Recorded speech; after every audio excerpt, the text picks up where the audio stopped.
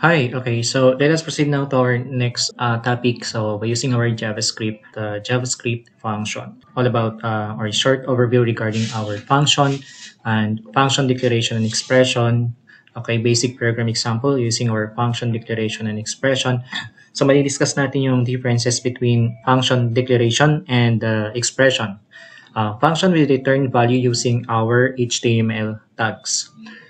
For overview of our function, if we're talking about function in our JavaScript, it is a group of reusable code that can be called anywhere in your program. So by using our function, hindi natin siya i-repeat yung mga codes natin doon kapag once na may same process. But through function, pwede natin siya i-call by using our function name declared.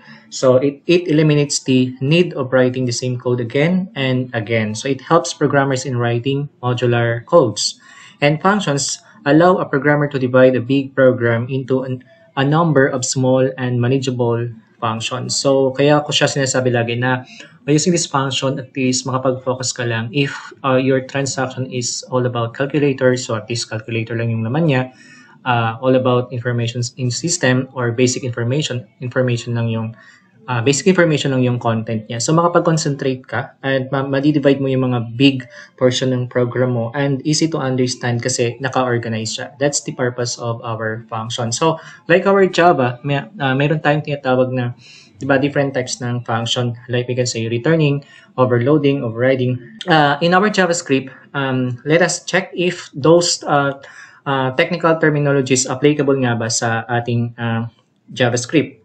So that hindi tayo ma-confuse about JavaScript at may compare natin sa Java since that JavaScript is lightweight and Java is general purpose. Okay, so for the function declaration and expression, if we're talking about function declaration, it uses the function keyword followed by the name of the function. So, ang sinasabi niyang keyword ng term function and followed by our name of the function and ito po yung function name. So, a list of parameters and a body that contains the code to run when the function is called. So, meron tayong list ng parameters, pwede siya single or multiple. So, next po natin is that, of course, ito yung statements or syntax kung ano man yung dapat niyang i-run inside, kung ano man yung transaction na i-perform natin. So another one is function expression.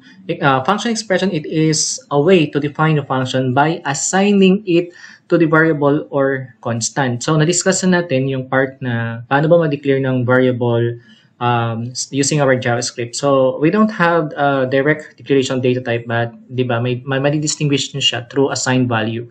So for example, we can say var, di ba, yan ang old way ng pagdi-declare ng variable, and ang new or modern is let, and of course, we have the term const or constant.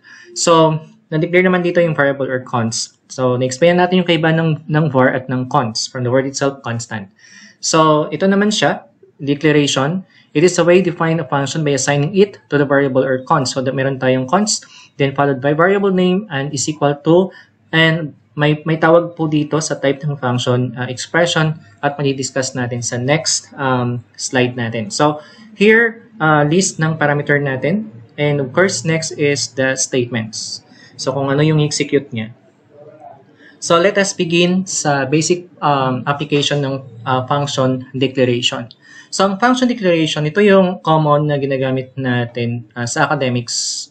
Laging tinuturo sa atin yung concerning about yung way ng code natin, yung line by line, step by step. And ito ang laging nakikita natin sa discussion.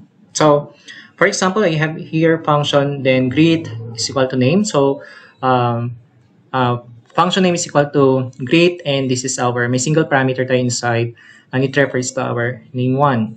So, inside of our open close parentheses, meron tayong console.log. Okay, and then calling of function name and argument inside. Okay, sometimes this one is that value, maybe integer integer type or string type. So this time is that string type. Value is equal to my name, Reno. So, end with semicolon. So, by the way, na-explain natin to yung console.log, and the main purpose of this is to display the output using our console tab, or tinatawag nating console sa console browser po natin. So, lahat ng web browser, aware naman tayo doon na meron talaga siyang tab. Okay, so mag-display doon sa console tab natin. So, lalabas yung word na Reno. So, before I explain sa inyo, again, function, this is the keyword used to declare a function. At the same time, greet is our function name. Okay, name of the function.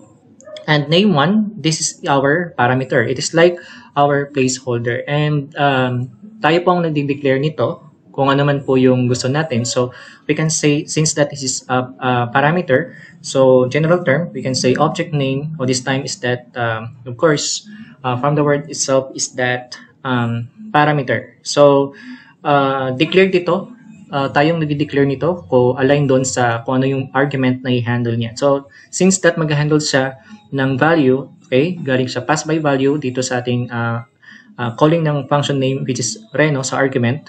So, ipapasa niya dito. So, maging value niya is equal to Reno. So, this is our parameter na mag-handle ng argument natin na value. Another one is that when you call the function, you'll pass in the value. So, nandito pa rin yung concept ng pass by value and pass by reference. So, again, when you call the function, pag tinawag natin ito, like for example, this one, greet. So, ano mangyayari? You will pass in a value. Pinapasa natin yung value dito. Pagbalik niya sa reading ng output, magiging reference na siya. So, and the value will be assigned to our name1. So, here. So, return.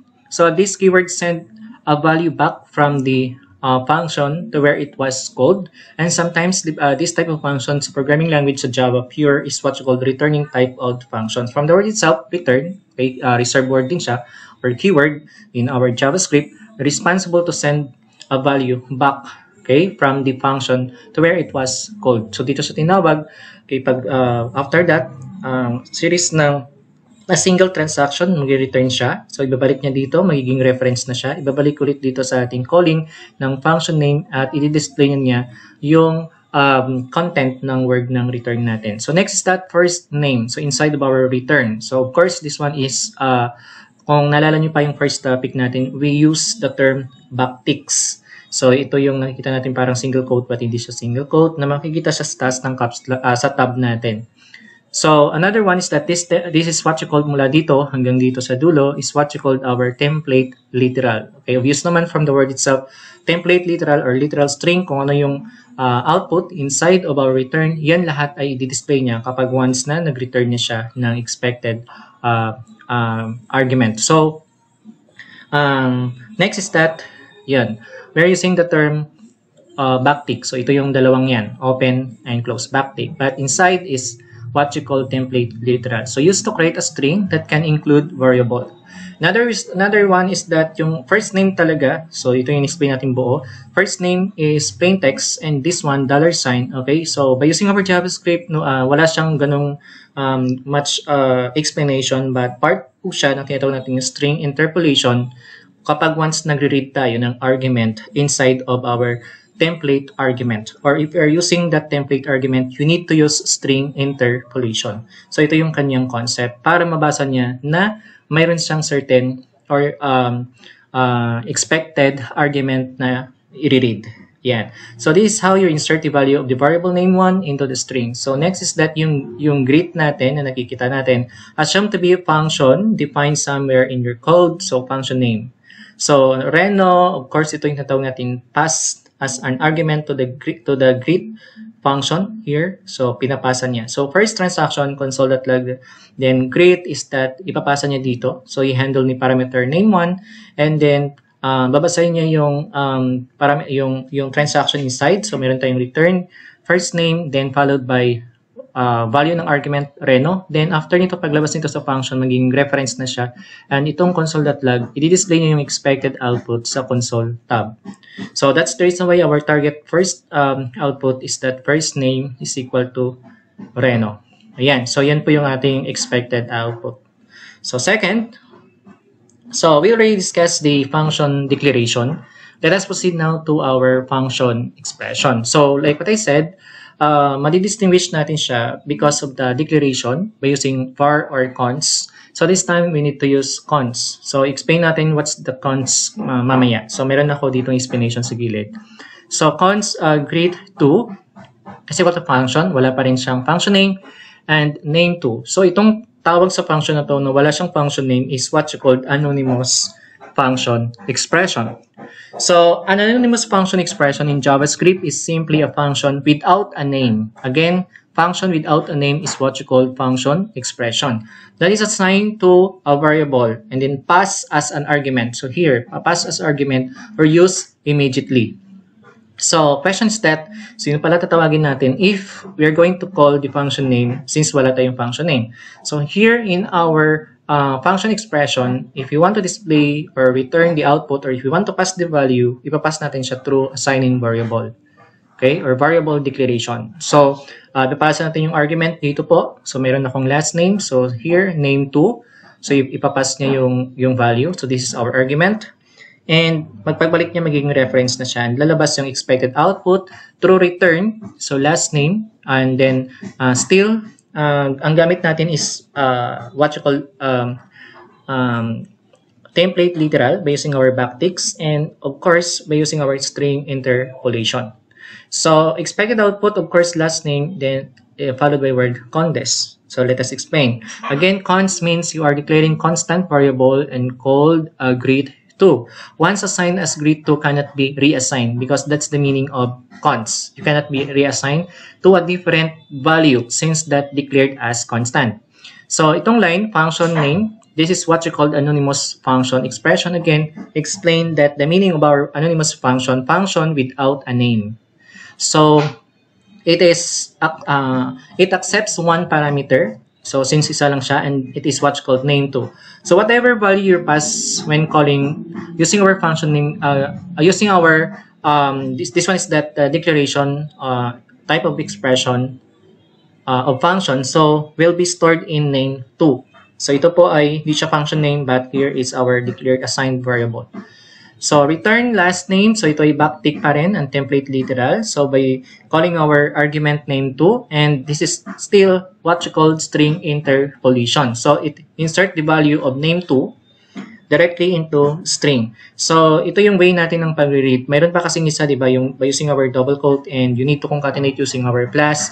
But this one is easy to use by using our template literal and backticks. So, the expected output is last name and colon followed by const.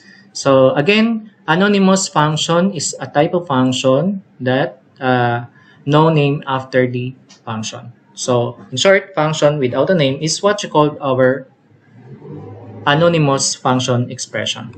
So, next is that named function expression. So, kung meron tayong anonymous function expression, meron tayong next na name function expression. Doon pa lang sa term niya, name function. It means that when you assign a function with its own name to a variable is what you call name function. So, pangalan ng function dito is that grade 3 function. So, this is our function name.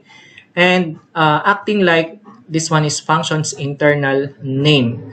But like our function declaration, ang kinocall natin is that function name. But here, still, if you're going to pass the argument, you need to use the declared variable. So, grade 3. So, ito siya. And if you want to read the content of our function, so you need to call the assigned variable. Okay. So, same concept. Pagpasa niya ng value dito sa name tree, magiging pass by value siya. Pagbalik niya, magiging reference na siya. And to read the result of our argument. So, this type of function, again, is what you call name function.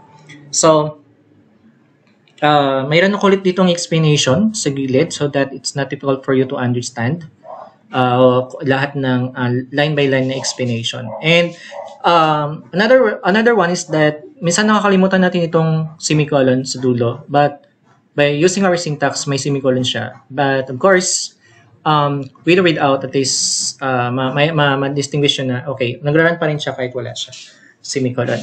But for best practice, we need to add semicolon. So again, console.log, ito na lang explain ko since naka-explain ko ng lahat ang tawag sa kanila. Calls the function stored in the variable greet 3, and this console.log print the returned value to the console tab natin. So by using our web browser. So expected output is middle name is equal to Hantop. Okay. Next. So, basic program example using function, declaration, and expression. Ito na po i-combine na natin. So, simple pa lang yung demonstration natin kanina. But, let us apply by using our arithmetic operators. At the same time, 2 or more parameter list. So, here, by using our function declaration. So, again, function term, then followed by function name. And this time is that meron tayong transaction like we need to pass yung value. Okay, this time integer and string. So meron tayo ditong tatlong integer type. So 30.45 comma separated by comma ang value, 20 separated by comma, 50 separated by comma, and expected string value Reno Condes. So ang 30, since that mag-act siya, ito yung mga arguments na ipapasa natin doon sa parameter list. So ang first value, yan yung handle ni X. Ang second value, i-handle ni Y. And third value natin, i-handle ni Z. And the last value, i-handle ni CNAME. So, pagpasa niya ng value, so since that naka-let M siya is equal to sum1, so nag-declare tayo, we all know that let, ito yung modern way ng pag-declare ng variable, para at least, pag once binasa natin is not difficult, okay, nasabi ko itong long method, not difficult to read the single argument. So, M, here, so pwede kasi natin ito i-diretso dito sa document at right inside, but for you, okay, para hindi mahirap siya iintindihin, we can separate naman yung itong declaration ng function name followed by arguments and then yung reading. So this time, ang expected output natin, document that right, lalabas na mismo sa screen natin. So sa monitor, doon mismo sa page natin. So after nito, ang function name is sum1, then magpe-perform siya, let total 1 is equal to x plus y plus z. So return, okay, by using our literal, template literal and backticks. So, Mr. then followed by CNAME. Okay. So, pangalan po dito is equal to Reno Condes and $Z. Okay.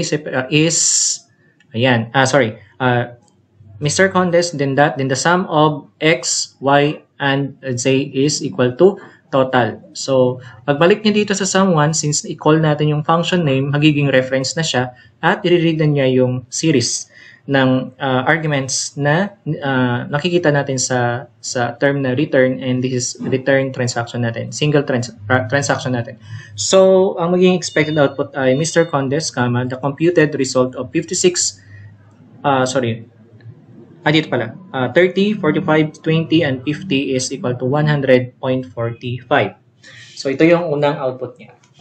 So, let us convert this into function expression. By using our function expression, so like I said, we need to use the word const and followed by variable declaration. This time, since that we need to use name function, so meron tayong function name, sum, and 1.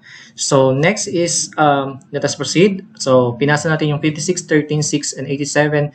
Okay, 56 i-handled ni A, 13.6 i-handled ni B, and 87 i-handled ni C, and Reno Condes i-handled ni CNAME. So, pinalitan ko lang yung value plus yung formula. So, this time, we need to perform A times B minus C. So, expected output, Mr., then followed by CNAME, the computed result of, okay, A, B, and C is equal to kung ano yung expected result. So, that's the reason why ito yung ating expected output. Again, this type of function is what we call our name function expression. Ito naman function declaration. So, I hope na nakikita na natin yung difference between function declaration and function expression. Next, anonymous function expression. Kinonvert ko rin siya. Niremove ko lang yung function para maintindihan natin. So, pero at least, once na makita natin siya outside sa mga application natin or sa internet, 'di ba? At least alam na natin kung anong klaseng function based on our JavaScript. So same scenario pa rin, binago ko lang yung kanyang formula AB. So AB divided by CD, so times EF. So same pa rin, CNAME ito sa naming rules natin, 'di ba? Bawal mag-space, so you need to use underscore, and that the computed result of A, B, C, D, and E, F is equal to the total result of this total had B. So, may napapansin ba kayo mula dito pag sinasabi nating what you call that function declaration and function expression. Pag gamit tayo ng concept ni returning type, since that hindi naman ganitong tawag niya kasi because Java concept yon or C concept yon, but here in JavaScript, so kung napapansin nyo parang same yung behavior niya, but kung napapansin po natin, ito yung gusto ko makita nyo. Observe nyo po itong part, pabalik natin. Once gumagamit tayo ng return, ang reading po niya is always nasa baba kasi meron tayong parameters. So, ni-execute natin yung term na pass by value and pass by reference. But ang tawag dito po ay hindi naman talaga direct value, but in JavaScript, this is what you call argument. Ayan, so argument tawag sa kanya. So, ang next natin is paano naman in case na gusto ko i-perform yung concept ni overloading type of function, but here in our JavaScript, wala pong ganun term. Okay? So, paano naman yung ganun? Tandaan po natin again, kapag magamit tayo ng return concept, ang reading niya ay nasa labas. Pag mayroon siyang tinatawag na expected parameter list. So, ito naman po tayo sa next nating agenda. So, ito pong tawag sa kanya is, we don't have the term overloading type of function, but in JavaScript, ang tawag sa kanya is no argument function. So, there's no such thing as function overloading in our JavaScript. A function is either a declaration or an expression. And in this case, this is what you call no argument function. So, pwede natin siyang i-apply using our function declaration and function expression. So, in our function declaration, so, pag sinasabi natin no argument function, so, it means that here, wala pong parameter list. So, meron po tayong, sa calling ng function, wala din siyang totally argument na pinapasa. Ang main purpose lang ng function here is that to display or to call the overall transaction. So dito, wala nga tayong term na overloading function, pero acting like able to return multiple transaction talaga siya. So nag-act lang siya ng ganun, but like what I said, tawag sa kanya no argument type of function. So for example, let f, pansin niyo po lahat ng declaration, yung supposed to be papasa yung value sa parameter, lahat nandito sa loob ng function. So F2, 3, 4, CNAME 4, and G4 to 5. So perform the transaction. Okay, so document that right. My name is CNAME, and then the result is, so ito na po yun. My name is Reno Condes, and then the result is 3,544. So lahat ng transaction declaration inside, the main purpose of the function name is that to call only the to call the overall transaction niya to read the result. Okay, so what about no argument anonymous function expression? Diba? So paano nga i-call? So like what I said, in our argument, no argument, or we can say function expression using our anonymous or name, diba, kinocall natin siya through variable declaration. So pansin niyo po, ang tinawag po dito is the variable name. Ayan. So, same process, kung napansin nyo, yung transaction ko, ang kaiba lang niya is that yung way ng declaration niya is anonymous type of function, but still, we use this concept, no argument. Okay, type of function. Okay, so I hope na nakikita niyo po yung kaiba ng dalawa. So, next natin. So, function with return value using our HTML tag. Okay, so since that ang output natin kanina is lumalabas lang siya sa screen, so hindi ko na siya i-run, at ititingnan nyo na lang siya pag na-try nyo siya. So, function declaration with return value using HTML tag. This time, i-return natin siya sa paragraph. So, P output, and this time we need to use the method getElementById. Okay, that inner HTML. Again, that inner HTML is not a method. So, siya po ay ating tinatawag nating parameter. So getElement, ito po yung ating method. So, by ID, ito yung ID na sinasabi niya. Pangalan niya is output, kaya doon natin siya iti-transfer or i-return through HTML tags. So, yan ang purpose ng inner.html. Okay, so anong re-return niya? Yung ating template literals by using our backtick pa rin. So kasi backtick, kahit na naka-reserve word yung calling natin, still magiging plain text pa rin siya. So this type of function still by using our variable declaration. So add 1, a plus b. So ang 100 pasa kay a, 50 ipasa kay b. Perform the process, a plus b, return. Pagbalik niya magiging reference na siya. Pag kinol natin siya dito sa labas, so what happened, ipapasa kay result. So niread natin si result by using our string interpolation. Okay, so ito na po yung magiging result niya sa ating web browser. So the return value from the function is equal to 150. So next example is name function expression return value using HTML tag. So gumamit tayo ng parameter value sa using our ID output 1, kaya get element by ID, so output 1. So inner HTML, so ito yung declaration, const and sub is equal to function 1 or function is equal to sub 1. So meron na siyang name of our function. So C 130 pasa kay C, 60 pasa kay D, and after that perform the process, okay, the transaction, return C minus D. So pagbalik niya magiging reference, ito na siya. Then i-handle ni result P. So pag read niya, so i-perform niya yung process or i-return niya yung output ng C minus D at babasahin na dito sa backtick natin na argument po sa formatting string. So kung ano man yung result ng string interpolation natin sa C minus D, yan ang lalabas sa output. So expected output, the difference is equal to 70. So another one is, of course, what about if by using our anonymous type of function expression? So here, so of course, wala tayong function name. Then same algorithm pa rin or process. So const prod stands for product, then function E and F. So here, let result C is equal to prod. So again, ito po ay variable name natin dineclare. Ipapasa natin yung argument 78 sa E, 32 sa F. Perform the transaction E times F. Then, babalik siya dito. Magiging reference na tong line na to pagdating dito. And then, kung ano man yung result niya dito, si prod, yan na yung magiging expected argument na i-handle nito is equal to result C. So, output 2, so inner HTML, the product is, and then the result of E times F. So, yan po yung ating anonymous function expression basing returning the value into our HTML tag. So, okay. What about by using our, no argument, name, expression with return. So, no argument tayo.